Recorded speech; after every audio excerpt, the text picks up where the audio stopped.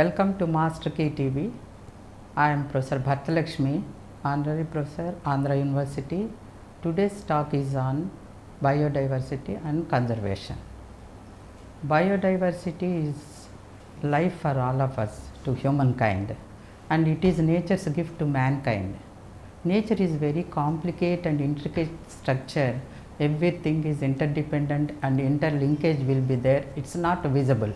Some are obvious, some are not obvious, and each organism will have its role in nature. And all plants and animals, they maintain dynamic equilibrium. Any sort of disturbance in the ecosystem, it tends to cause serious repercussions.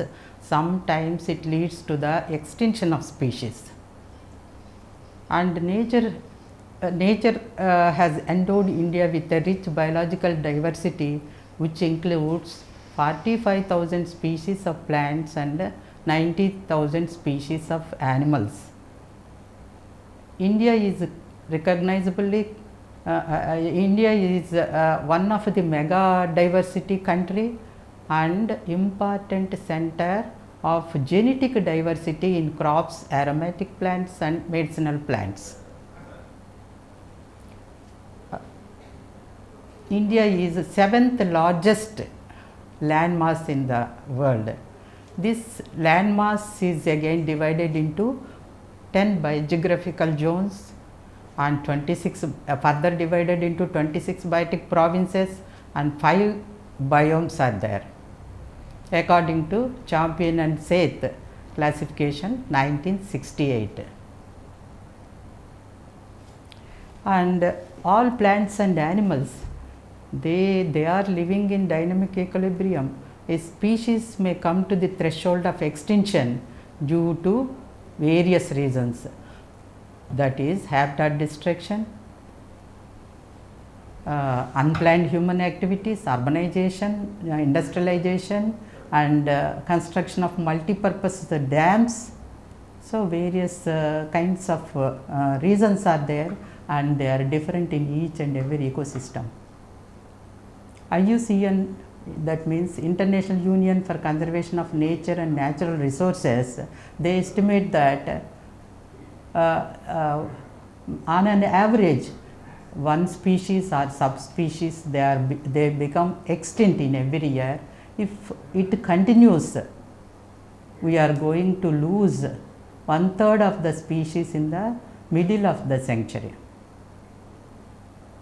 Hence there is an urgent need to conserve the biodiversity, because biodiversity conservation leads to the conservation of ecological diversity and life support systems, and to preserve the gene pool for future generations or posterity. It is like insurance policy for the future generations.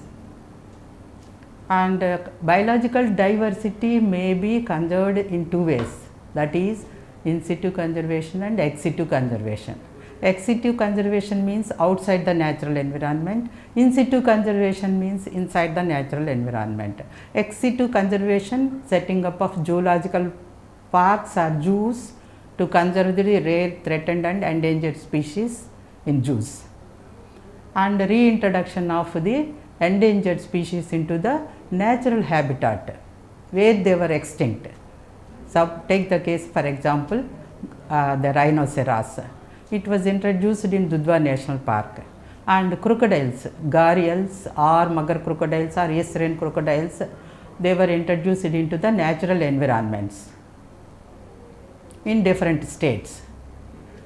For the purpose of conserving the plants, botanical gardens are there, horticulture gardens are there, and recreational gardens. There they are cultivating all the plants and preserving the rare, threatened and endangered species. Now the technology is improved, gene banks are there, seed banks are there, tissue culture is going on. And in situ conservation pertains to the conservation of fauna flora in natural habitat. The national parks, sanctuaries, nature reserves and reserve forests, these are set aside to conserve the fauna flora in natural habitat. And national parks and sanctuaries, These are legally constituted protected areas to conserve the fauna and flora of a particular region or locality. The Wildlife Protection Act empowers the state government to declare any area as a national park or a sanctuary after the procedure laid down in the Act. After following the procedure laid down in the Act, and this is for the purpose of protecting, propagating and develop the area, and they protect the fauna, flora and also environment. The area should be of faunal, floral, geomorphological, zoological association should be there. Under Wildlife Protection Act, Chapter 4 deals with the setting up of national parks. Section 35 deals with that. If territorial waters are included in that, 26A will be taken care, and it is strictly prohibited area. Chief Wildlife Warden is the authority of the national parks management and sanctuaries management, and he will have statutory powers under Wildlife Protection Act. And sanctuaries, if they want to declare a sanctuary, the area is of faunal, floral, zoological significance should be there for the purpose of protecting, propagating and developing the area. This is also prohibited and protected area, and chemicals gani, explosives gani, they will not allow. Carrying weapons, they will not allow. Lighting of the fire, they will not allow. So this is a protected area network, legally constituted ones. And biosphere reserves, these are also for the protection of fauna, flora and also the environment under Man and Biosphere Program of UNESCO. There are 3 zones will be there: core zone, buffer zone, and the other one is transition zone. Core zone is very high endemic centers there, and prohibited area, and protection will be there. The second one is buffer zone, and there are 18 biosphere reserves established all over the country, and national parks 104 are established all over the across the country, and 551 sanctuaries were already established for the purpose of protecting and conserving the fauna and flora and also the environment. The Wildlife Protection Act 1972 for the purpose of protection and conservation of the fauna and flora, and it is amended in 1991. According to that, the ban on export of birds and upgradation of the zoo and establishment of the Central Zoo Authority, reintroduction of captive breeding animals. This CZA is oversee, monitor, coordinate all zoos all over the country, and some financial assistance will be given to the selected zoos for reintroduction of the animals or captive breeding program. There is a National Wildlife Adaptation Plan in 1983. According to that, the management will look after the national parks and sanctuaries, and they give financial support and technical support all over the state, and eco development projects were sanctioned by them. And Project Tiger is established in 1973 to maintain the viable population of tigers. The tigers were mercilessly killed, and the population size is drastically declined. Hence, a tiger project was launched, and Global Tiger Forum has been initiated in India. Likewise, elephant project is there, and because to maintain the viable population of elephants, and in elephant project area, mitigating the man-elephant conflicts, and they will monitor the population size of those things, and they protect the corridor forests and migration habits also they are observing. Likewise, in similar way, there are so many projects sponsored. One is Musk Deer project, and the other one is Hangul project, crocodile breeding projects, and Barasinga project, lion-tailed macaca project. Likewise, they established. According to the Wildlife Protection Act, some chapters deals with the protection of the fauna and flora. Chapter 3 deals with hunting is prohibited. Chapter 4 deals with the establishment of or setting up of the national park sanctuaries and also closed areas. Suppose samudram undi, so fingerlings time, breeding time, spawning time undanukondi, they will send the notification, such and such a period it is closed for hunting, from April to June or something like that. And other statutory acts are also there, that is the Environmental Protection Act 1986, Indian Penal Code, that is in British India 1860, sections relevant to the natural resource management, and cruelty to animals 1974, and the Criminal Procedure Code is there, that is sections relevant to the natural resource management. India is a rich, unique biodiversity is there. There are so many natural heritage sites are there. 2 important hotspot areas, India harbors 2 important hotspot areas. All over the country, all over the world, there are 35 hotspot areas. India harbors 2 hotspot areas. One is Western Ghats and the other one is Northeast India. Western Ghats, the Western Ghats just below the Aravalli Hills, the chain of mountains will be there. A continuous chain of mountain ranges are there in Western Ghats, and plains in Malabar region, and mangroves are present in Konkan region and the Karnataka region. And Eastern Ghats, Western Ghats, both are distinctly different habitats. These are discontinuous. In the eastern side, the hill ranges are discontinuous hill ranges are there. And take the different biotic provinces and biomes they are occurring, and rich biodiversity areas, more than 3000 species of endemic plants they are existing, and apart from the some of the animals present, endemic species present in Western Ghats.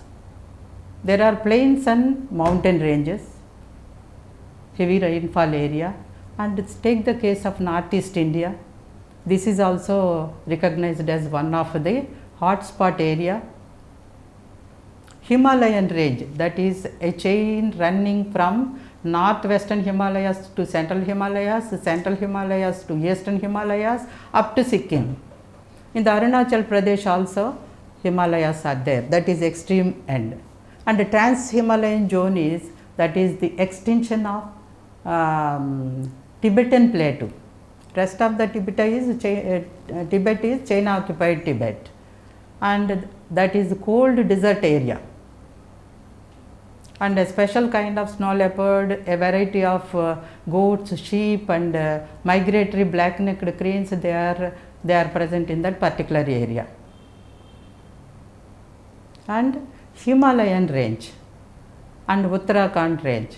Himalayan Range is different, it is a highest peak area, and it is meeting place of different biogeographical zones, different biotic provinces are existing, and biomes are there in that area, and 10,000 species are estimated in Himalayan Range.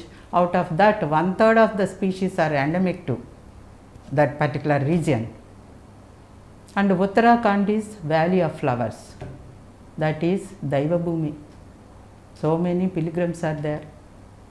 And Northeast India, there are Arunachal Pradesh, and the rest of the 6 states are there.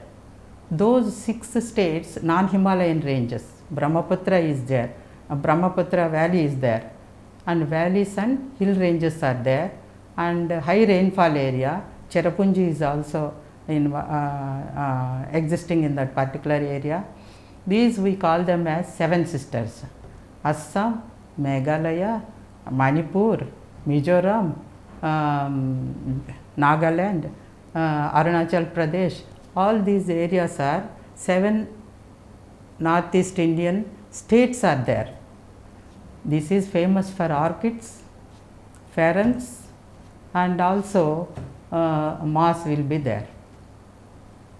And more than 2000 endemic species they are there, and a special kind of endemic animals are there. Almost 12 species are endemic to that particular area: golden langur, and hulak gibbon, and Manipur dancing deer, and pheasants. Western tropogon is there, cheer pheasant, and so many birds are there all over India. 60 species are endemic to India. Endemism is really great because they are restricted in particular local region. They will not found anywhere in the world. That greatness is there. And the next is Gangetic region. Gangetic regions is Upper Ganges, Lower Ganges will be there. And desert area is sandy desert in Rajasthan and salty desert in Gujarat. A special kind of the fauna flora is existing in that particular area. And semi-desert area, this is found in between the plateau and the desert area. Rest of the most of the area is Deccan Plateau, Peetabhumi antam. And in the lower side, in the lower side, Deccan Peninsula is present because all three sides water untundi kabatti. Here predominantly deciduous forests are there.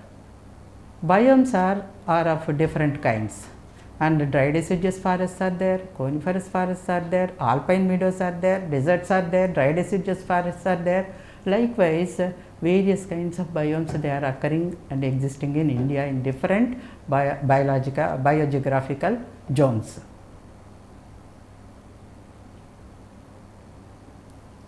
And this Western Ghats is situated just below the Aravalli hills. And biodiversity is really rich and unique. In natural heritage areas, the outstanding beauty is there and they are unique. And there are, UNESCO is recognized, some of the natural heritage sites found in India are Kaziranga, Nanda Devi, Nampada and Manas, Kanchenjunga, that is in Sikkim, and Great Himalayas, that is found in Himachal Pradesh, and Western Ghats and Sundarbans, so on. And biosphere reserves were set aside in India. They are Nilgiri, Nanda Devi, Nampada of Arunachal Pradesh, Great Nicobar Island, high endemism will be there. And take the case of Andaman Nicobar Islands, they are situated in the Bay of Bengal. The Andaman Nicobar Islands, there are famous mangrove areas are there. And in the West Bengal, very famous mangroves in the world is Sundarbans. Andaman is also rich biodiversity area, and the huge trees they are occurring there. And Nicobar Island, some endemic species are present. Hence, Nicobar Island is declared as biosphere reserve. And Lakshadweep, comparatively, Lakshadweep is found on the Arabian Sea. Lesser area will be there. Coral reefs point of view, Andaman Nicobar Islands, Gulf of Mannar, and the Lakshadweep Islands, Rana of Kutch, all these are coral reef areas found in India. And we are in take the case of the loss of biodiversity is due to different reasons. Rich biodiversity is found in forest area. And forests are prides of nation and a vital natural resources and rich and treasures of rich and varied biodiversity. Apart from that, it serves as primary agents in combating the atmospheric pollution. And it is giving oxygen, and we call the forests as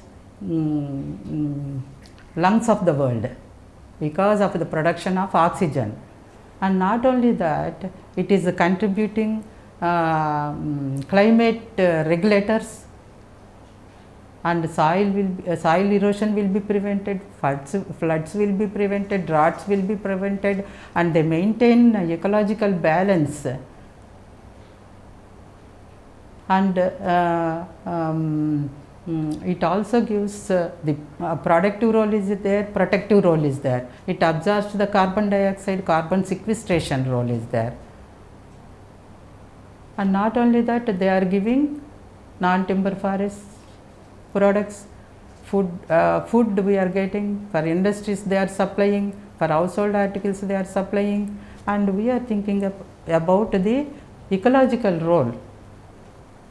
Mainly the production of oxygen and absorption of carbon dioxide will be there. They maintain hydrological cycle because the rainwater is absorbed by the trees and percolate into the soil, so that recharge of groundwater will be there. Like sponge, they absorb the water and slowly release into the soil. Streams form out. Streams they join into the rivers. Rivulets join into the smaller rivers. Likewise, and these forests, National Forest Policy envisages that 33% of the geographical area should be under forest cover, and we have only 21%. The National Forest Policy, they are not bothered about the earning the revenue. They want only environmental stability.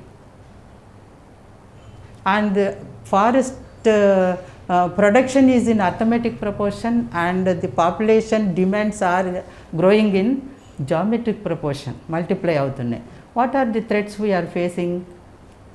That is habitat destruction, food cultivation, and destruction of the unplanned activities, unplanned human activities, urbanization, industrialization, and multipurpose dams, encroachments, mining activities. So we are losing the forests in a faster way. In the present scenario, where the species are being drawn to the brink of extinction. Suppose you take the case of aquatic media. Aquatic media is the worst affected one. Domestic sewage, sullage, industrial effluents, organic, inorganic chemicals. We are dumping into aquatic ecosystem and creating lot of havoc in the aquatic media. The deleterious effects are effects on the biology of the fishes. So it becomes a economic crisis. And heavy metals. Recent Yellow incident is there. Heavy metals they are creating congenial atmosphere for different types of pathogens in that particular area. Ante fungi, the virus, bacteria, copepods, protozoans, helminthic parasites, all these are they infect the fish available in that habitat. Fish will be in the apex of the food chain. And infecting infected fishes, they are showing some symptoms by way of low fecundity will be there, low growth will be there, low survival rate will be there, foul smell will be there, and low inferior nutritive value will be there. That means it becomes it hampers the production of the fish. That means economical crisis. By contaminated fish we are eating, that will be social crisis.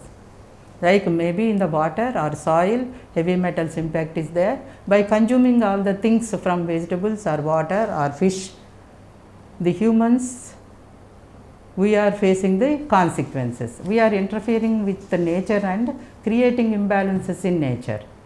and development should be there, but it should be environmentally sound,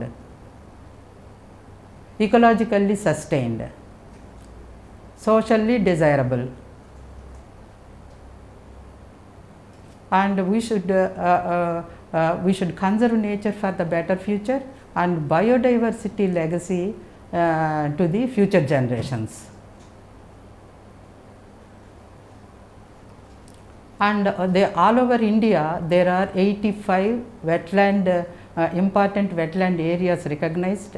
All are under severe pressure due to various reasons: siltation, seed infestation, urbanization, alteration, aquaculture encroachments, agricultural encroachments, industrialization, and unplanned activities are there.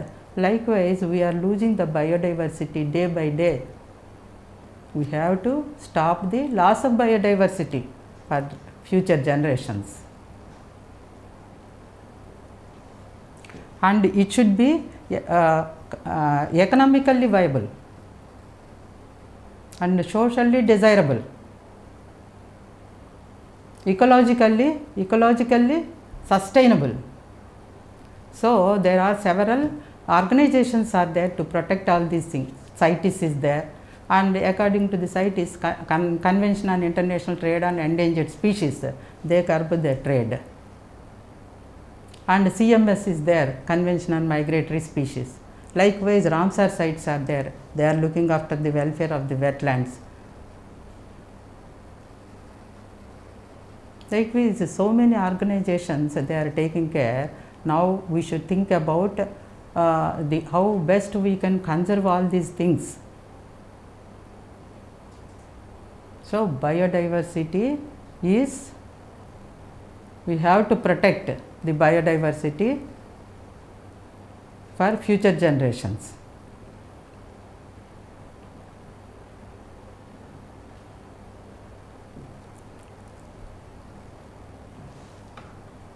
Hence, we should conserve all these things. Biodiversity is not distributed all over the India uniformly. It increases from poles to the tropics, because India is situated in tropical areas. And two realms are important. They are one is the Eurasian region and Indo-Malayan region. Himalayas are represented by Palearctic region, and rest of them are represented by Indo-Malayan region. And there are several biodiversity hotspot areas are there, and the neotropical region, that is South America, because of the presence of Amazon forests and rainfall area, and rich biodiversity is there. We call them as the bird continent. And Madagascar, you take the case of Madagascar island, a rich biodiversity is there. More than 100 lemurs are existing, and a variety of bats are there. That island is very rich biodiversity point of view, it very unique area. Africa tropical region is there, and Palearctic region is there. They maintain climatic patterns. A group of plants and animals, they interact with the soil and other things, and similar kind of fauna flora will be there in that particular area.